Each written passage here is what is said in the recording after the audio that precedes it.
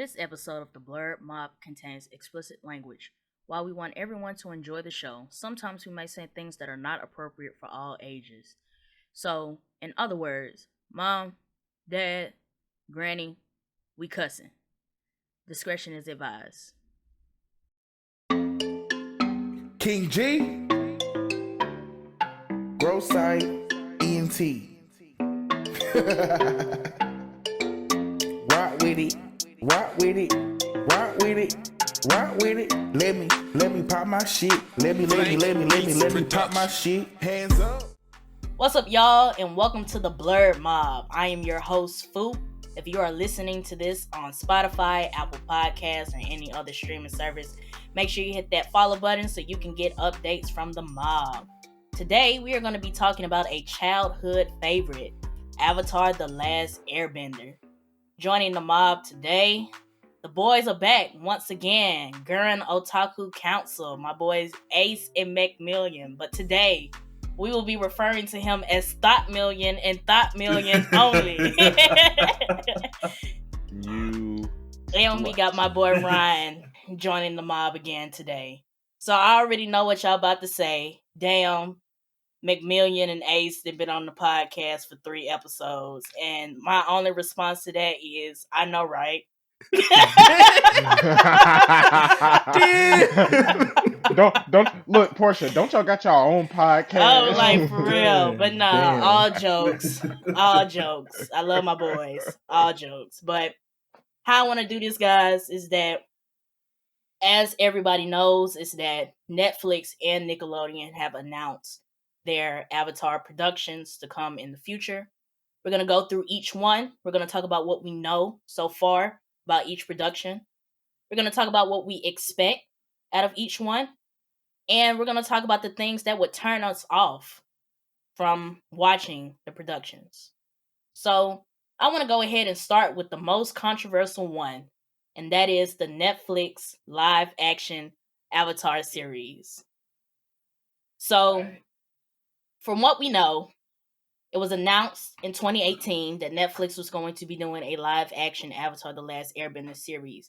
They were going to be working on the series alongside the original Avatar creators, Michael Dante DiMartino and Brian Konietzko. I believe I said that correctly, but forgive me if I said it wrong. They left the production in August of 2020 due to creative differences with Netflix, and they felt like Netflix wasn't honoring their partnership with the show. They got a new showrunner, Albert Kim, who's now doing the show. They released the cast list in August of 2021, and production for the show is supposed to start at the end of this year. So maybe the 2022-2023 area, we should be seeing the live action if nothing else hits the fan. So let's get into what we want to see or what we're expecting. So I have a couple things, and I'm going to let you guys, you agree, disagree, or go ahead and do your spiel. One, off the bat, we need to see better CGI.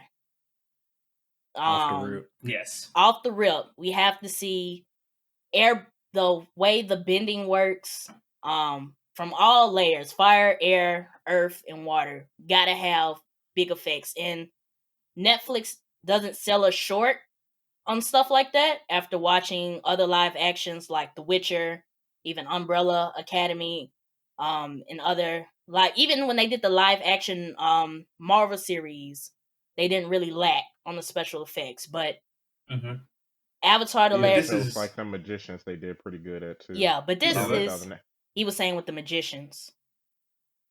Isn't that on Hulu though? That's sci-fi. That's not Netflix. Oh, cut that out, man. Cut that part out. I watched it through Netflix. I thought it was a Netflix series. My bad. Yeah, but yeah, it's on Netflix. It's not by Netflix. But off the rip. The second thing, and this is a funny, they gotta say my boy Aang's name correctly. If I get in that show and they call him anything other than Aang, I'm cutting it off. I don't want to hear no Aang. I don't want to hear no Katera. I don't want to hear no Sokka. I don't want to hear none of that. Say it right. Say your name right. What's that Key and Peele skit? Say your name right. They're gonna call Iroh Era. And I'm gonna cut it off. Is there an AA run? Is there an AA run? If there's an ong in here, no, it's not. So is it a ong? Is there a Samantha? A ong. And so my serious things that I'm expecting from it is that I would expect a different side of the story that's already been told. And it goes into my second thing is that I need them to answer, why do we need a live action Avatar series? Because the original series was so well told and had such great character development. And even as they extended the story with The Legend of Korra, why do we need this live action production? What story are they going to tell that we haven't already seen that would grasp our interest? So, can I piggyback off that, Portia? Yeah, what's up? I actually want to know who is the audience for this live action series, and what I mean by that is the generation that watched Avatar when it was releasing episodically is pretty much all adults at this point. Everybody who was watching at that point is pretty much adults. Is this live action going to take a more mature turn? Like, are we going to be seeing a little bit more blood? Are we going to see, even more sexual scenes and anything of that nature that actually elevates the mature aspect of it? Well, here's the thing. You mind if I take this one? All right. So the rumor has it that they were supposed to be like making the story darker and aging up the characters. So they didn't do that. They didn't age up the characters. That was a rumor, but I personally, I'm not saying I want the exact same thing, but also I don't want them to make it cliche and like drama-y either. Yeah. Because most of the time when they remake stuff and they try to make it for new audiences, it's like, oh, we're going to insert this unnecessary drama or these unnecessary sex scenes that don't really add to the story. I don't even think they should put that in there. I wanted to touch on that about the maturity, because with maturity, you do get sexual instances, but I don't. Exactly. They should not touch on that in this series. Mm-hmm. There should be no sexual aspects in this series. Or if it, or I'd say if it does, it has to service the plot somehow. Because unfortunately, with a lot of TV shows where they have sexual scenes, it very rarely services the plot. It's just like, oh, we need to fill the time or be like show that these characters are close. But the sex scene drama. But my thing is that because they're keeping the original ages of the characters. Yeah, no. I don't think it would be appropriate for them to even not at all do that. Mm-hmm. Now, I would understand if the live action series was to focus on a older Avatar gang. Then, yeah, sure, that life happens. We're older. People got boyfriends, girlfriends, relations happens. But if we're going to the itty bitty squad where Aang is still 12, they're gonna have to not touch that. I feel you. See, and even aside from that, like I tend to steer towards darker series, and when I'm asking, like, if they're going to make the live action more mature, like, for example, we're playing with freaking fire. Like, they showed how the Fire Nation burned the Air Nomads kingdoms. Like, yeah, they showed some skeletons, but are we finna see like past memories where we're seeing someone literally being burned at the stake? You know what I mean? Like, are we going to get those elements, or are they going to keep it more toned down for the younger audience? Well, question: are you asking, like, when you say darker stuff, so are you talking about like more akin to like Legend of Korra, where they actually like showed on-screen death and it was somewhat brutal? Yeah, like, are they really finna dip into that? That's why I'm asking, like, what audience? Like, is this going to be PG-13? I know it's not going to be rated R, but like, what type of audience is this pertaining to? That's a good question, because it could go either way depending on. But yeah, and part of me just thinks that they're trying to remake it into live action because that's what a lot of people, for some reason, in America, it might be in other places, but we have a stigmatism that if it's not live action, it's not for adults or something like that, or it's lesser for some reason. Like, but I mean, it wasn't like necessarily for adults to begin with, though. I mean, technically, that wasn't the intended audience, but many people in the age of adulthood did watch Avatar. No, correct. Like, it it was popular amongst all generations, to be quite honest, when it came out. But what I'm saying is, like, unfortunately in America, for some reason, there's some stigmatism on animated movies or shows where it's like, if it's not live action, it's less than, or it's not for adults. Like, for instance, people, like when Spider-Man Into the Spider-Verse came out, there was a whole bunch of people who avidly will go see Marvel movies, and then when that one came out, they just decided not to see it for some reason. Like, people were talking about that online a lot. Is it the stigma that some people just still see animation as like childish? I think it's that. I think it might be that, or they just view. Yeah, I think it might be just the fact that, like, certain people still view animation as less than. I would say that I feel like they're making a live action because they're trying to hop on the trend of all of these animated classics are becoming live action. Like, they did a live action SpongeBob, and like, for what reason did you have to make a live action movie out of SpongeBob? You see what I'm saying?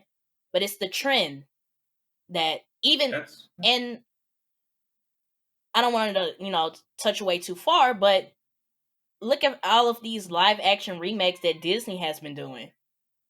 For what reason? And maybe they are unnecessary. Netflix and Hulu and all of these other productions are trying to hop on that trend because the Disney movies are making so much money being live action. It's like, okay, let's take some of our animated classics and make them live action. Well, if it's in that vein, then maybe the live action series audience is intended for old viewers who possibly have children now who didn't get to watch the animated series as it was coming out. Because that's what some people say, like, argue with the Disney movies are for, like the live action ones. They're a way for older generations to share it with newer ones that didn't get to see it as it was like produced or made. I think that's, but I mean, that's a loose one because Avatar, the Last Airbender series, can be streamed now, and you can buy the DVDs and Blu-rays. Like, I own the Blu-ray collections. I was just about to say that. Series. Like, you can get the series. It's kind of a loose excuse, but I think that might be probably the main one, is that they're thinking probably in that vein, especially if they're going off of the live action renaissance of animated stuff becoming live action, because that's the excuse I think Disney used for theirs. I think it's a cash grab. Because definitely. Because I just feel like the excuse they're gonna say is that 100%. And that's the interesting part, because I can't think of any other reason. Like, why did y'all do this versus just another animated series, another Avatar? I don't really see the purpose in it. Yeah, because I mean, I'm excited for it, but it might be one of the things that they have to just see through at this point, because when they first announced it, it was going to be with the original Avatar creators, and at the jump, that's a cash grab for Netflix anyway. And at the same time, they were putting a lot of Nickelodeon, and they still are putting a lot of Nickelodeon content on Netflix. So now that the original creators have stepped back, it's kind of like, now we have to see this through. Yeah. And I mean, because the big question when they left was, are they even going to continue with the live action series now that the original creators left? Or should they even continue with it? Well, a lot of people, the other big question also was like, it's not even a question. Most people, I think, when they heard the original creators left, they were like, this is not going to be good. Because if I remember correctly, the voice actor for Iroh commented on it, and he's like, I've done a lot of projects, and usually when stuff like this happens, that means that the end result is not going to be quality or good. Yeah. So, I mean, it could either be...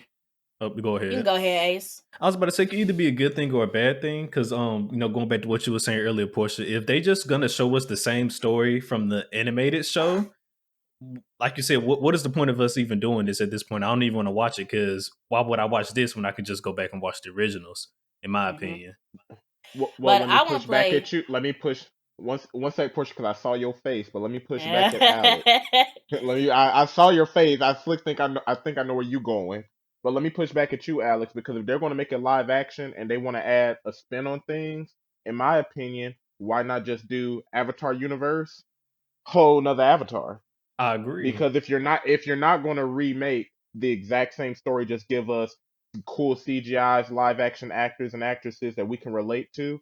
If you want to give us a whole new feel, you might as well do a different Avatar. They could did Roku with somebody if they're for live They action. could have, which is like you're saying. Well, why are we even doing this? Because I mean, me personally, I just don't want to watch the same story again. Like that, it has to be some type of spin, or just show me something that they didn't show in the animated version. At least I just don't want to sit here and watch the exact same thing. I'm gonna say this, and this may be why, because I don't know. I don't know what went down at Netflix Studios, but we know that big productions and the showrunners and the creators of certain series, they always have their differences. And it could have been that the original creators wanted to go a different route with the show. Live action Avatar series doesn't necessarily mean Aang and Katara in them. It could have been what Ryan was saying. We're in the Avatar universe, but we're exploring a different story. And going back to the cash grab is that Netflix was like, no, we want Aang and Katara and all of them, and this is what we want. So it could have been that. But I wanted to play devil's advocate on the Netflix thing is because everybody, myself included, when we all heard that the original creators left, everybody was like, oh, hell no, this is going to be bad. I'm not about to watch this. I even said it. I was like, they got one episode out of me to keep my interest. But looking at it, Netflix, the adaptations that Netflix has made from comic book and video games, from my experience, have not been bad. Yeah. No, besides the Umbrella Academy and The Witcher, which other ones were you referring to? Right. So from my experience, they don't do a bad job with live action adaptations. Or even, and this is not live action, but even with like certain remakes, like how they redid She-Ra. Like She-Ra is this old 80s cartoon that everybody used to watch. But they took it and they threw it on Netflix and it became a big hit. Like they completely changed the story. They kept the same characters, but they completely kind of sort of changed the story from what we saw in the 80s, and it still came out to be good. And people still enjoyed it. Even the old fans who watched the 80s version enjoyed this new edition of it. Yeah, like same thing. They also did the same thing with Voltron too. So they are known for being pretty decent when it comes to certain remakes of stuff. I'm not gonna discount them on that. So it's what Ace was saying. It could be a good thing or a bad thing that they left. It could even be that the creators, maybe their idea just wasn't good. What if they lost their touch? You know what I'm saying? And Netflix was like, yeah, that's good and all, but I'm not really messing with it. And they could have just been like, well, we finna dip. The world may never know. I don't necessarily think that, but that is possible. It's hypothetical. I don't think that. Yeah. But I mean, just think of the Star Wars with George Lucas. From what we heard, George Lucas had some really good ideas for this last Star Wars trilogy. But Disney did not go with it. The directors did not go with it. So. Yeah, and people attribute the success of the original trilogy to not even him, but his assistants. So, the creators sometimes don't always have the best opinion. I get that. I was just saying,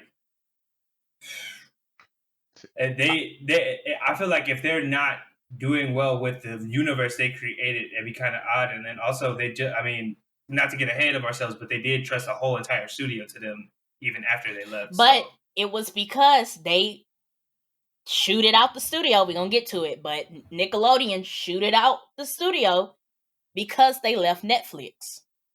If they had stayed, do you think Netflix would have launched the Avatar Studios? Do I think Nickelodeon the Paramount would have launched it? I probably not as soon as they did, but I think it was a plan. I think that was that was a working plan, because in my mind, they knew they were launching a streaming service, and they knew that fans of the Avatar series were still very dedicated to it, because their sales as far as the Blu-rays collections are still good. The comics get bought up when they come out. People know that the Avatar fandom is still very much dedicated to the universe of Avatar. So I feel like if they probably would have waited till the Netflix series was done, or they just would have worked parallel with them or something like that. Because I really feel like that was a conversation. Because I want to say that announcement happened almost immediately, like a little bit after they left. So they probably had it ready for them to take the helm of. They just knew they were working on a different project, and then when it I don't know. I think Nickelodeon saw them an opportunity, and they was like, "We gotta. It's a now or never type thing." You know what I'm saying? I mean, it's possible, but I mean, the creators have said even when they were working on Korra that they had a lot more for the Avatar universe in store in the first place. It's just they weren't ready to. It's an unfortunate thing with Korra, they weren't ready to come out with it when they did because they kind of had only like the bare bones part of it rushed. That's why certain seasons feel off compared to like I think like 1 and 3 are the best. 1 and 3. Yeah. So because they were prepared for season 1 to be one and done for Legend of Korra, right? Or at that time when they approached them, they said they had the idea for it. They just didn't. They weren't completely done. Like it wasn't like how Avatar was completely like written. They didn't have it for Korra. So see, and to not be completely against Portia, because I will have to agree. I don't have much experience in just Netflix produced movies and videos, but for them to redo The Witcher. And we have seen a lot of video game remakes. Well, video games turned into TV series and live actions. And Witcher is already from a book series that has its foundation, and from a video game it has its foundation. The live action for Netflix was still very solid, and it was very competitive with the other formats to enjoy the Witcher series through. So I'm not mad that the original creators ain't on it. I'm just a little, I'm cautious. You know what I mean? I'm not finna sit here and overhype this live action series like I'm expecting it to be amazing. Because we're not going to deny that the live action movie was trash, boo boo garbage. I also feel like we're being overly sensitive because we're all Avatar fans. The movie? Well, the actual. Come on now, Jay. Yes, you remember that? but I mean, no. I was just saying, like, while I agree, the movie leaves a bad taste in my mouth even to this day. I'm not trying to compare that to what they're doing at Netflix simply because it's not the same creators helming that project or whatever. And then I will say, because didn't the guy who made the movie, he didn't even watch Avatar when he made the movie? Nope. So, he made it for his kid. So the showrunner for the live action series watched Avatar. He watched it as it was being released with his daughter. Nice. So he's an Avatar fan, and he understands. And from what it sounded like to me, he understands the hesitation with him, right? With the original creators leaving and now him taking over the show. And honestly, if I take all that out, one thing, the biggest thing that worries me is kind of something we already, Pope already brought up. The Avatar universe, or like the Avatar series, has heck of fights with all the powers and stuff like that in it. Mm-hmm. So it's like, the CGI has budget has to be extremely large, and they have to be on top of it, because the thing is, if those fights don't look good, people are gonna get like turned off on it by that within like the first couple of like episodes or whatever. Or the first episode. It depends on how long they make the episodes, because I want to say book 1. It may have been episode 1 or episode 2 where Zuko shows up, the Fire Nation, and they start, doing their thing. Like, so they don't have very long to show us some CGI stuff. They got like. Within the first episode, the iceberg breaks, so it's like frame 1, my guy. Show me what you got. You also got to think those ain't even the major scenes that they'll really need CGI for. Let's not talk about the battle at the North Pole when Aang turned into a freaking koi fish spirit. Yep. I'm just saying though, in general, like the bending has to look solid. Like in the movie, it took 5 earthbenders to move 1 rock, and that what? I agree. That's my main gripe. Because I honestly, I was like, the story's already tailored, legit. Like you have the roadmap for almost everything else. What worries me is, are you going to be able to deliver on the thing that makes the Avatar universe interesting, which is like the bending and then the spirits? Correct. Because those things happen throughout the show. And if you're rewriting it in a way where there's barely any bending, is it really even Avatar? Correct. Because I'm not coming here for no Avatar drama show. That's not what I signed up for. We not coming here for the soap opera. I ain't come here for that. That's not what I signed up for. Because But I'm here for the story. I'm here for the story, but at the same time, my Avatar story that I grew up with had good fights and nice action, and it gelled them very well. So it's Yeah. like, yeah, it's I mean- just, I guess my concern is going from animation, because animation has no limits, and we know this. Animation has no limits, and to take a animated production such as Avatar and turn it into live action, hell yeah, you're gonna have some high expectations because of what we seen in the animation. as I don't know if anyone else here watches the honest trailer videos on YouTube, but as they said in their honest trailer for Avatar, they should not have made that series so good because they've made it very hard for it to be adapted into anything. Yes. To be quite honest, Yeah, I mean, That is true. it's either gonna be a hit or miss with Netflix. They either have very I good know, it's pass or originals, fail. or they just have originals that are just complete trash. So it's either gonna It's be a very hit or much pass or miss. fail. Yeah. But we like Portia said, they got one episode out of me. They got one episode out of me. Listen, they got one. But we've kind of already been talking about this, but let's make it known of what would turn us off from the series. And my two things is that, one, the story, whatever story it is, whether it's hanging them or it's somebody else, if they do not stay true to the lore of what we already know, that would turn me off from the series. I understand it's live action. I understand that it's Netflix and they're trying to put something out there new, like whatever they're going for. But don't change. I don't want them to change stuff just to change it, or to try to sell us a new story. Yeah. Or a new universe. That's what I don't want them to do, because the Avatar universe is already well established, and like Jay has been saying, they're still making content. Comic books. They just dropped this Kyoshi series that ties into the Avatar universe. So they have to stay true to the lore. I understand that this is a fresh new series. You want to show us something new, but stick to the lore. Stick to the status quo. For real. I agree. The second and that's thing, the funny thing, they could literally just do the exact same thing, just live action. Definitely. I don't want them to do the exact same thing, because that goes back to my point of why are we even getting a live action? Like, I could just go back and watch the animated series. You know what I'm saying? Give me something different, but stay true to the lore and don't change stuff just to change it. And y'all know what I'm talking about, where they make something an adaptation and they change something, and we're just like, what was the point of changing that? Or did that really need to be changed? Or this change that you guys make have no value doesn't serve to the story. Right. We're gonna come in and Moon Spirit is a polar bear now. Right. And it's like, for what reason? And I would be mad at that because there's a whole symbolism of that fish and how he turns into that big koi fish. And you make this man a polar bear, I'm gonna be upset. Shit. But those are my two biggest things that would turn me off from the series. Okay. I agree. Two biggest things we already been talking about a lot is, one, the bending, and two, I guess, the size of the scale of the battles. I understand that the scales of the battles may not be, they probably can't be as big as the animated shows, but I just don't want to see them tone down the scale to basically, if the animated show was a 10, I don't want the live action to go to a 3 on the scale of the battles. Mhm. That would be my main two issues. I agree with that. You want to go, Ryan? Or Yeah.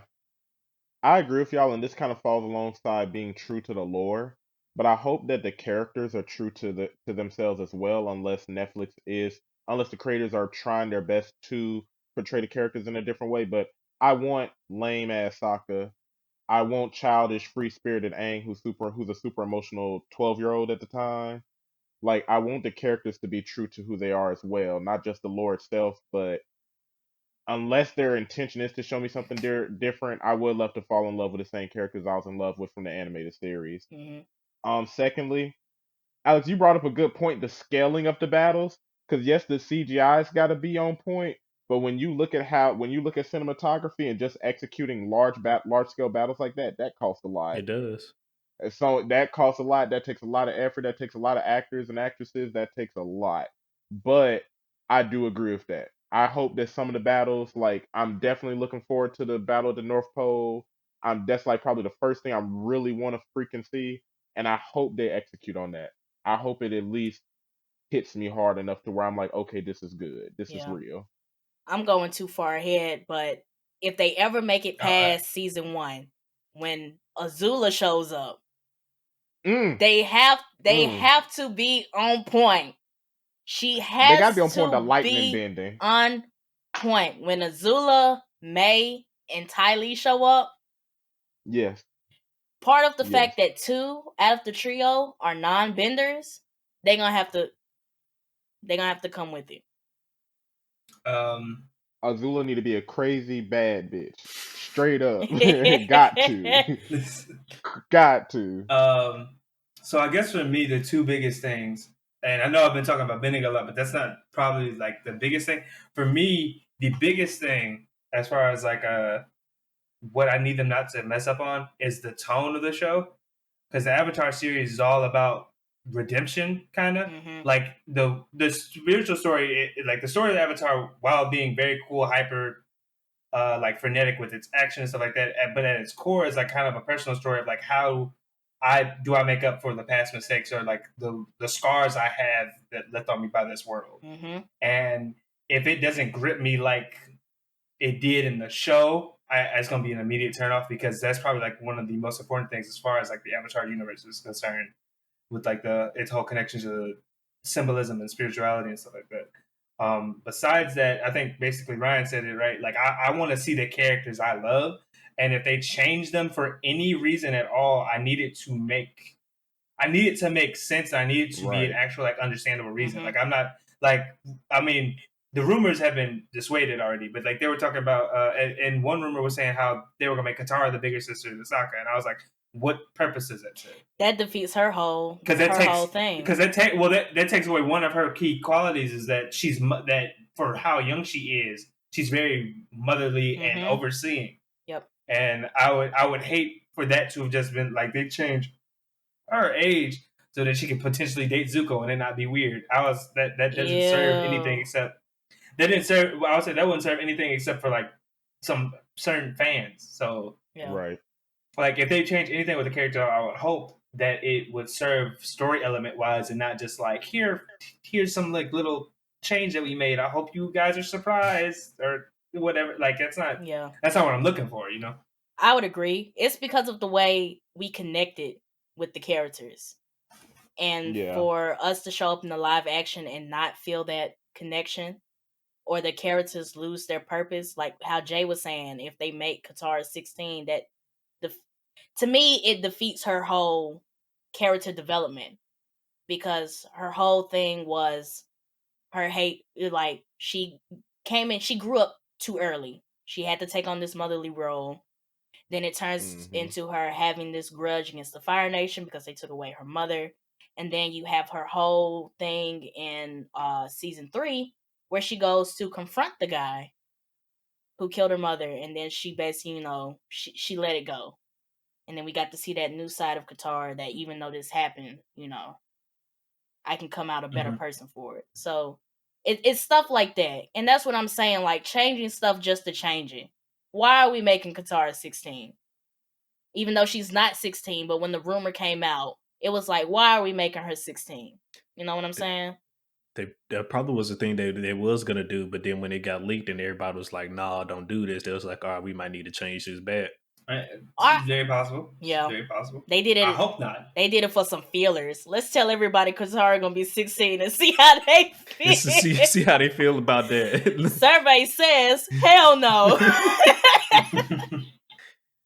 But so we talked about Netflix, and I feel like that was like the biggest controversial thing out of this. But let's get into Avatar Studios from Nickelodeon. So what we know so far, it got announced in February 2021. The original creators are a part of the production. They're supposed to be making a movie, not live action, but the 3D CGI type movie. Right? Yep. Yeah. Another 2D animated series is supposed to be coming out. I'm not sure what it's going to be about. They said it'll release sometime in 2023. Also, the original creator said that it may be some years before we actually see something from Avatar Studios. So, Right.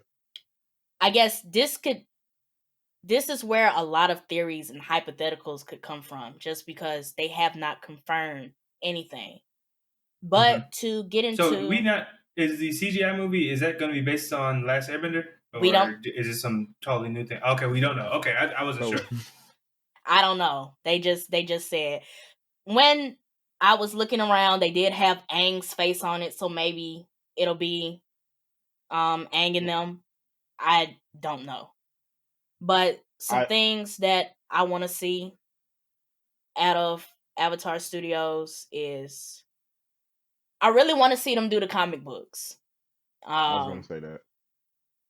All of the content that came out of after book 3 that explored them dealing with problems after the war, as well as them still growing up. They did touch on some interesting stuff. Like, the first thing they touched on in the comic books is Zuko as the Fire Lord. A leader. Yep. And him trying to get adjusted to ruling, and him dealing with the only example that he has of ruling is his dad.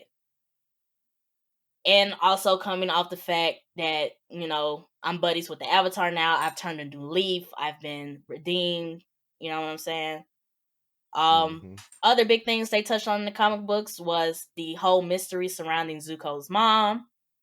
And that was a good portion of it. And then there's other stories. They even did the same thing with Legend of Korra that touched on, like, the aftermath after making that big ass spirit portal, the consequences of Kuvira's actions, and Korra and Asami's relationship, which is also something else I want to see, but I want to talk more on that. Other thing I want to see is maybe we just get the next Avatar. It's been a minute since Legend of Korra ended, so maybe just expanding on the next Avatar would do some good. One, more technology advances. Like, Legend of Korra was kind of more so like the industrial age. What type of age will we be in with this next Avatar? How is this next Avatar dealing with the fact that the only one that he can talk to is Korra? And also, there's a theory that because of how stuff ended in season 2, that we might potentially get a dark Avatar the next time the Avatar reincarnates. Since Rava's, I forgot what the dark one is called. Rava's the light one. Vatu. Since Vatu was bound with the human when he died, so it's maybe he did pop up. This is my first time hearing that theory. That's interesting. But I like that. I like that. McMillian has been employed by Netflix. We're gonna have to wait and see. Avatar Studios is on my payroll. That's what's here. He on the Avatar Studios payrolls. I'm on the Sony payroll. That was the most interesting hypothetical I heard. Wait a minute. He pulled something out that one. I mean, I personally been thinking that ever since. I thought we were going to see that before the end of Korra, that we were going to see like a dark Avatar. Technically, we did with her uncle, but like I'm talking about, I figured in my mind, I don't know where else they could possibly. There are other things they could probably do, but I feel like that's such a big question mark thing. Like an even Avatar cycle. When Vatu died, because when Vatu died, he was combined with Korra's uncle, and technically, if Rava can reincarnate, so can her counterpart. Yeah, okay. So, and then you got that whole balance of good and evil going on in the series. That would be dope. That would be fire. Would it be like the exact same elements? Would they be altered? I'm not sure. I guess it would have to. I don't want to. See, now you asking you're talking about the cycles. You're talking about the cycles. Wait, I don't want to turn this episode. This is Pope's episode that you want to talk about the studio, not my theory. But you piqued my interest. Hey, you did though. You did something with that one. I understand. I was just mentioning it since she talked about the next Avatar. I can tell y'all off camera or whatever, but I don't want to take away from her. I get you. I guess just to keep it smooth. Since he did bring that up, because some stuff I am interested in with, because after they did have that whole fight between the two spirits, we did not hear anything else from Rava at all in Korra. It was just like she was just gone. Well, it was one, because I'll give you that, because at the beginning of season 3, we get no Rava Korra interaction, and we don't get that interaction back until season 4. But partly is because she got beat the fuck up at the end of season 3. She did a thing though, but she did get paralyzed. You know, she went through her whole little thing, but. Also, season 3, I think one of the reasons we didn't get to see that much, season 3 is not focused on Korra like that. Season 3 is, to me, season 3 almost feels like it's told from the point of view of Zahir and Tenzin's oldest daughter. I forget her name. And Jinora. Jinora. I feel like almost they were the main characters of that season, to be quite honest. I'll give you that. And I love Zahir. Yeah, it was just, it was just weird to see, just the fact that she really did just mess up the entire Avatar lineage, and we're not going to talk about this at all. Like, we're just gonna move past that. Like, this just didn't happen. But that's something I hope they expand upon with the Avatar Studios. Like Push was saying, maybe it is time for the next Avatar. See what's going on. But I would feel like the next Avatar will be the only way they would be able to touch on that, because. Correct. With the Avatar cycle being so sacred and so inclusive to the Avatar, I'm not really sure how in Legend of Korra they would have been able to touch on the ramifications of that. And just to add to that point, if when we get the flashbacks in Korra, we see the only other Avatar who was able to talk to Rava was the first one. Yeah. So besides Korra herself, it didn't seem like many of the avatars could talk to Rava. Yeah. So it will be interesting to see if they do when they come out with the next Avatar generation, if we actually get to see what talking to Korra is like, as well as Rava, because I think that's something to explore more on. I think that's the only way we would be That's the only way we would be able to see the true ramifications of what happened at the end of season 2. So I got a question, because the general assumption, it seems like from my perspective, is that everybody assumes it's going to be a sequel, like post Legend of Korra events. I'm not assuming. I would just think that would be something nice for us to see. So that's all about to ask. Is your preference sequel to Legend of Korra or prequel to Aang and Korra's existence? Probably not necessarily Roku or what's the Earth Lady Kyoshi, but probably even far back. I was just about to say, what I think will be interesting is they don't even have to do like multiple seasons. They can do like one season per, like, of any Avatar we haven't seen before. Just tell us a different story with some of the Avatars we haven't seen before. Even if they did want to do Kyoshi and Roku, I wouldn't be against it. But so that's actually what I was thinking, that the animated series maybe is that it's going to be an anthology where they spend one season on past Avatars that probably came before Aang and Korra. Because when Aang was on the Lion Turtle and he went far back to like the last Air Nomad, that piqued a lot of people's interest. They were like, I wonder what they dealt with, or what was their problem? Because technically the only Avatars we know their issues with were Roku, Aang, and Korra. Well, they touched on. Technically, we know, and the first one. They touched. Technically, we know what Kyoshi was fighting against, and like what the Waterbender got. But like that sounded like that was somewhere either in the middle of their lifetime or at the end. Yeah. So I feel like the animated series that they're talking about could be an anthology series where they explore the past lives of Avatars and see what they dealt with. And I would they did touch I up would be interested in that. In one of the comic books, I can't remember which one. I think it was The Rift. They did touch on Yang Chen, which is the last Air Nomad one. They did touch on her a little bit because something that she dealt with during her time as Avatar came back up. Okay. I haven't gotten a chance. I own The Rift, but I haven't had a chance to read. Yeah, so something that she was dealing with as the Avatar came back up with Aang being the Avatar. So he had to go back to her memories and, see what went down so he can solve it. So they do touch on her a little bit, but I agree. Maybe some background because the Avatar cycle is an interesting thing because the Avatar that comes after always has some type of trait or some type of quality that is opposite to the one before them. Mm-hmm. So we only know like Kyoshi, Roku, Aang, and Korra. We can see that heavy correlation, but maybe to even go back further of why Rava made the decision to choose opposites as she reincarnated would be something interesting to look into. Yeah. The other thing I want to see, and these are personal opinions, Azula's atonement. I don't want her to have a redemption arc because she's too far gone. If you read the comic books, she is too far gone. In my personal opinion.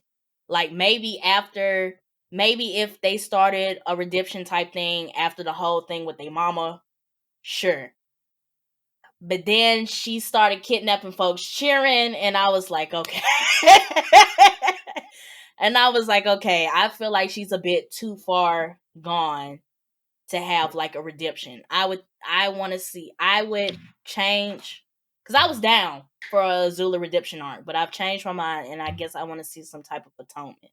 And the best, I would. Does she show up in the Rift at all? No. Okay, so if that's the case, I almost want to say that they could even give us a mini Azula series, because I would like to know, because I know she just died somewhere. She doesn't die. She disappears at the end, and then she comes back. She comes back in Smoke and Shadows, and that's when she starts kidnapping kids. And I don't remember if they captured her or not. Or no. Yeah, so that's what I'm like. If it seems like the comic books are ending with the Rift, I haven't heard if they announced they made another one. Where does Imbalance? So there's an Imbalance. Oh no, Imbalance. Sorry, Imbalance. So Imbalance. Oh, so with the Rift, I did finish. Imbalance is the one I had that I haven't finished. Imbalance. If I'm not mistaken, I think Imbalance might be the last Avatar that's ever been in a comic book. And if that is the case, I haven't seen her in that one. She's not in that one.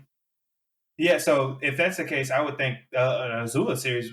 Azula series would be nice, but I guess I'm saying her atonement because Azula is a very interesting character. And on the high level, yes, she is the villain of the series. She is a menace to Avatar society. But at the same time, she was a 14-year-old girl, and she was affected the same way by Ozai as Zuko was. She just took... Even more so that the fact that she was favorited by Ozai, and she felt like she had to be perfect. And, like, even going back to the end of the series, when she finally snaps, like...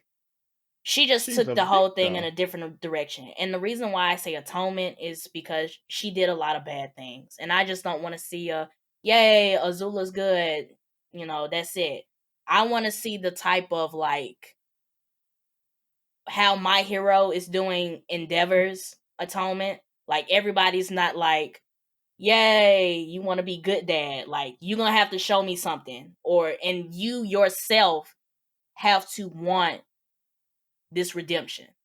And I feel like if she ever, wanted to turn a leaf, I feel like she deserves it, because going like clinically insane at 14 years old just sounds like some batshit crazy stuff to me. I mean, you understand to the point how she got there, but I don't know. I agree. As far as, like, I don't necessarily say I want like a redemption. I don't want a redemption. I feel like that's too easy. But I would like to see what, after that whole plan where she was trying to take back the Fire Nation from her brother, I would like to see what she got up to afterwards, and if she did atone, or if she like had some horrible death somewhere or something, because they talk in Korra. We don't hear if Azula had any descendants or anything like that. So nope. It's like, we don't even know if she's alive. You know what I'm saying? Yeah. So like, what might have happened to her? So I would like to see a dark ending for her. I love her as a character, but I would love to see a dark ending for her. Yeah, or even just maybe she chilled out. Maybe she she had a bad day. She pieced out. Fight to the death, get struck in the neck or something. Yeah. She stabbed Avatar in the back with a lightning bolt when he was going into That was Avatar, the coldest scene. I love Azula as a character, but she deserves something horrible. She got my respect that episode because every time Aang went into the Avatar state, ain't nobody want to confront that man. Azula was like, "Let me show y'all something." She was like, "Let me show y'all something." She said, "Ain't finna be no power up today." Right. But she did what I feel like a lot of villains should do. Why are you going to sit here and let the hero power up? Strike him in the back. Yeah. But she wrong for that. She wrong for that. She deserves something. True. Yeah. And then the last thing I want, this is my last personal opinion. If they ever expand on Legend of Korra, I would like to see more of Korra and Asami's relationship. And I'm not talking about like no mushy gushy type stuff. I'm just saying like when Legend of Korra ended in 2014, you know, they confirmed that they were in a relationship, but you really don't get much from a scene of them holding hands. But that's the best that they could do because they weren't showing same-sex relationships in cartoons like that. But now at the time, now we're evolving. Like Steven Universe. She-Ra is a big example. Disney just confirmed their first bisexual character in Owl House. And they're saying same-sex relationship. They've had a non-binary character as well. If you remember Ida's friend, I forget their name. Yep. I think that Clarence series, one of the characters got like 2 moms or something. I can't remember. I never watched that. And She-Ra, one of the characters has 2 dads. So we're getting more comfortable showing same-sex relationships or LGBTQ plus characters in cartoons. And I feel like because that is a part of Korra's character, I feel like they need to expand on it. And I want them to expand on it in a sense of what does it mean to be a bisexual character in the Avatar universe? What does it mean to be gay, lesbian? What does it mean to be queer? Also, like really explore because they explore. So you like to see them really explore like those political, They explored some of it in the comics because Kaya, Aang and Katara's daughter, is they didn't confirm if she's a lesbian. She just mentioned that she had a girlfriend, so I'm gonna take it as lesbian. But she mentioned how in the Air Nation, you know, they're all about free and expressing themselves. They didn't really have a problem with it. The Water Nation, they don't have a problem in it, but they like to keep it on the hush hush. So these were all the DL folks be in the Water Nation. And the Fire Nation, they were cool with it at first, but when Sozin took over, they basically became homophobic city number 1. And I don't remember what they said about the Air Nation, if they said anything, but... You mean Earth? Earth Nation. Thank you. If they said anything. But I would really want to see that. Not only what's it like being queer in the Avatar universe, what does it mean to be the Avatar and to be in a same-sex relationship? Yeah, like what are their like expectations of you? Right. Yeah. Because she's already... she already gets a bad rap. And outside of the series and in the series because she is a female avatar. Yeah. So now you add on the fact that she's bisexual and she's the avatar. What is that dynamic like? And then what is that dynamic like for Asami? Because Asami is dating the avatar. And you're in this same sex relationship with the avatar. And you're the CEO of this high company. Like, does she start losing investors? Like, that may be going too deep. But does she start losing company support for stuff like that? Or how do they deal with... Because I will say that the threats in Legend of Korra are a bit on a larger scale than what they were in Aang's time. So how are they dealing with that type of stuff while trying to balance a relationship? It would be interesting because that could add a whole lot of level of story elements if they continue Korra's storyline. Yeah, because each nation essentially has like their own culture, and then Republic City is like New York, LA, like melting pot of all of those cultures coming into one. So that would be some interesting story elements. Because the series y'all named, the different series y'all named, I never really saw much of that.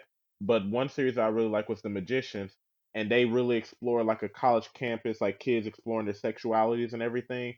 And it was interesting. Like I never thought to see it, but like seeing it being brought to life, it was like, oh wow, like this is stuff I see on my campus, and it almost made the series a little bit more relatable. Not gonna lie. So that would be like very interesting to see that in Cora's perspective. Yeah. That's my big thing, and I feel like it would just be a disservice to her character as well as the people who felt a connection with Cora, especially with her coming out as a bisexual character, or her just being part of the community. It would be a disservice if they brought back Legend of Korra and did not include that as part of her character. I agree. Mm-hmm. I agree. It was funny though, because I remember when that scene first came out, it was like, wait a minute, Korra got a girlfriend. I was like, that's not obvious. Like, that's not obvious. Like y'all didn't see that? Was I the only one see that? Y'all I mean, I them, like, guess they made it. They made the scene to where you could assume that they're dating. Yeah. But at the same time, it was like, well, they're just holding hands. They're really good friends. Okay, all right. If you're not living under a rock, you must not if you're not living under a rock, you knew what was going on. We must not have been watching the same show. But but that was me. So what are you guys expecting to see out of Avatar Studios? I already talked about some of the stuff I was expecting to see, but I guess the last thing that I would like to see is some more stuff, like you were saying earlier about the Avatar gang and what happened after they defeated, the Fire Lord and stuff like that. Because for one, they never touched. At least I don't think they did. Correct me if I'm wrong. In the comic books, they ever touch on how Aang or Sokka died? They don't get that far. They're still kids. We don't know how they died. And Korra, I believe they said how Aang. No, I don't think so. I think it was like no. They don't mention how he kicked the bucket. They never said how they died. So yeah, if I'm not mistaken, they never mentioned how Avatar Aang died, either how and as well as how Sokka died. So I would like to see what happened with that. Did they die in some battle? Did they die of old age? Because as we see, Katara, she's still around here kicking it, but so is Toph as well. And it's just like but what happened to the guys? Why are they dead but y'all still alive? Not to say like y'all should have died too, but so it is mentioned in Korra how Aang died. Apparently, his time in the iceberg caught up to him eventually. I don't recall them talking about they that. They didn't say that in the series. What episode? When did they say that? They ain't said that. Tell me which, because I'm gonna have to go look that up. Show me that, because I don't. Recall. I do remember doing some research, and they mentioned it that his time in the iceberg did catch up with him, but I do not remember them saying that in the series. Not at all. Piggybacking off of you, I don't remember seeing that, so I'm gonna ignore that. But you gotta show me that. but piggybacking off of what Alex said, honestly, I have not read the Legend of Korra comic books. I'm very familiar with that and comic books. I haven't read all of them, but I'm very familiar and understand what happens in the story. I would like to see those come to life, but I would be interested also in Aang's adulthood, because seeing Republic City come into creation, like they essentially went from like medieval. Would that count as medieval times or no? What's it called? Imperial, like Japan, China. Mm-hmm. Like they went from that time period to the industrial age. Seeing the industrial age come to life and all the stuff that comes with that, like the creation of the different gangs, how the White Lotus got a lot bigger. This was like a whole secret society, Illuminati secret society at first. Yeah. Well, I mean, they couldn't have stayed secret after they freed Ba Sing Se. So, but that's what I'm saying. Like seeing them become a little bit more active and even looking into their I guess lore. Maybe what Ryan is saying is that at the beginning of Legend of Korra, Korra is being kept in the Water Nation and is being watched by the White Lotus. So maybe how did they go from secret society, even though they did reveal themselves, how did they expand from secret society to guarding the next Avatar? Of the Avatar. Right. Like that'll be a lot of lore that you could basically be exposed to seeing Aang's adulthood. Now that doesn't necessarily have to be like a full 4-season series. That could be a movie. But I wouldn't mind seeing. Yeah, that could be a movie. That could be one season. I would like to see something like that as well. I agree. If we was just what would we be looking forward So to? the interesting thing, this is my little tiny theory. At the end of the Imbalance comic books, they ended up in some city, and they did their thing. They resolved the conflict, but it kind of gave me the vibes that the city that they were in at the end of the Imbalance comics was going to be Republic City, if not the model of what Republic City was going to be. Because that city that they entered in that comic book was a mesh of all of benders, non-benders, as well as a mix of benders from all four nations. Okay. Which is basically what Republic City is. Right. Yeah. And Republic City, the land that it's on was originally part of the Earth Kingdom, right? Yep. If I remember correctly. Okay. Yeah. I would like to see that. I like, if anything, like if we had like 2 seasons worth of episodes, see the comic books come to life, that could be the movie in my opinion, or like portion of them. See Aang bring up Republic City, see him die, see Sokka die. And boom, we can transition to something completely new, at least for me as a fan. I want to see how Suki dies. Korra's adulthood. They said Suki died young. That kind of hurts my feelings, but. Oh, really? Yeah. Yeah, apparently, so the information I said, it was mentioned after the fact or somewhere in between Korra, but it wasn't mentioned in the show. Yeah, McMillian. Get your facts correct. It was the writers.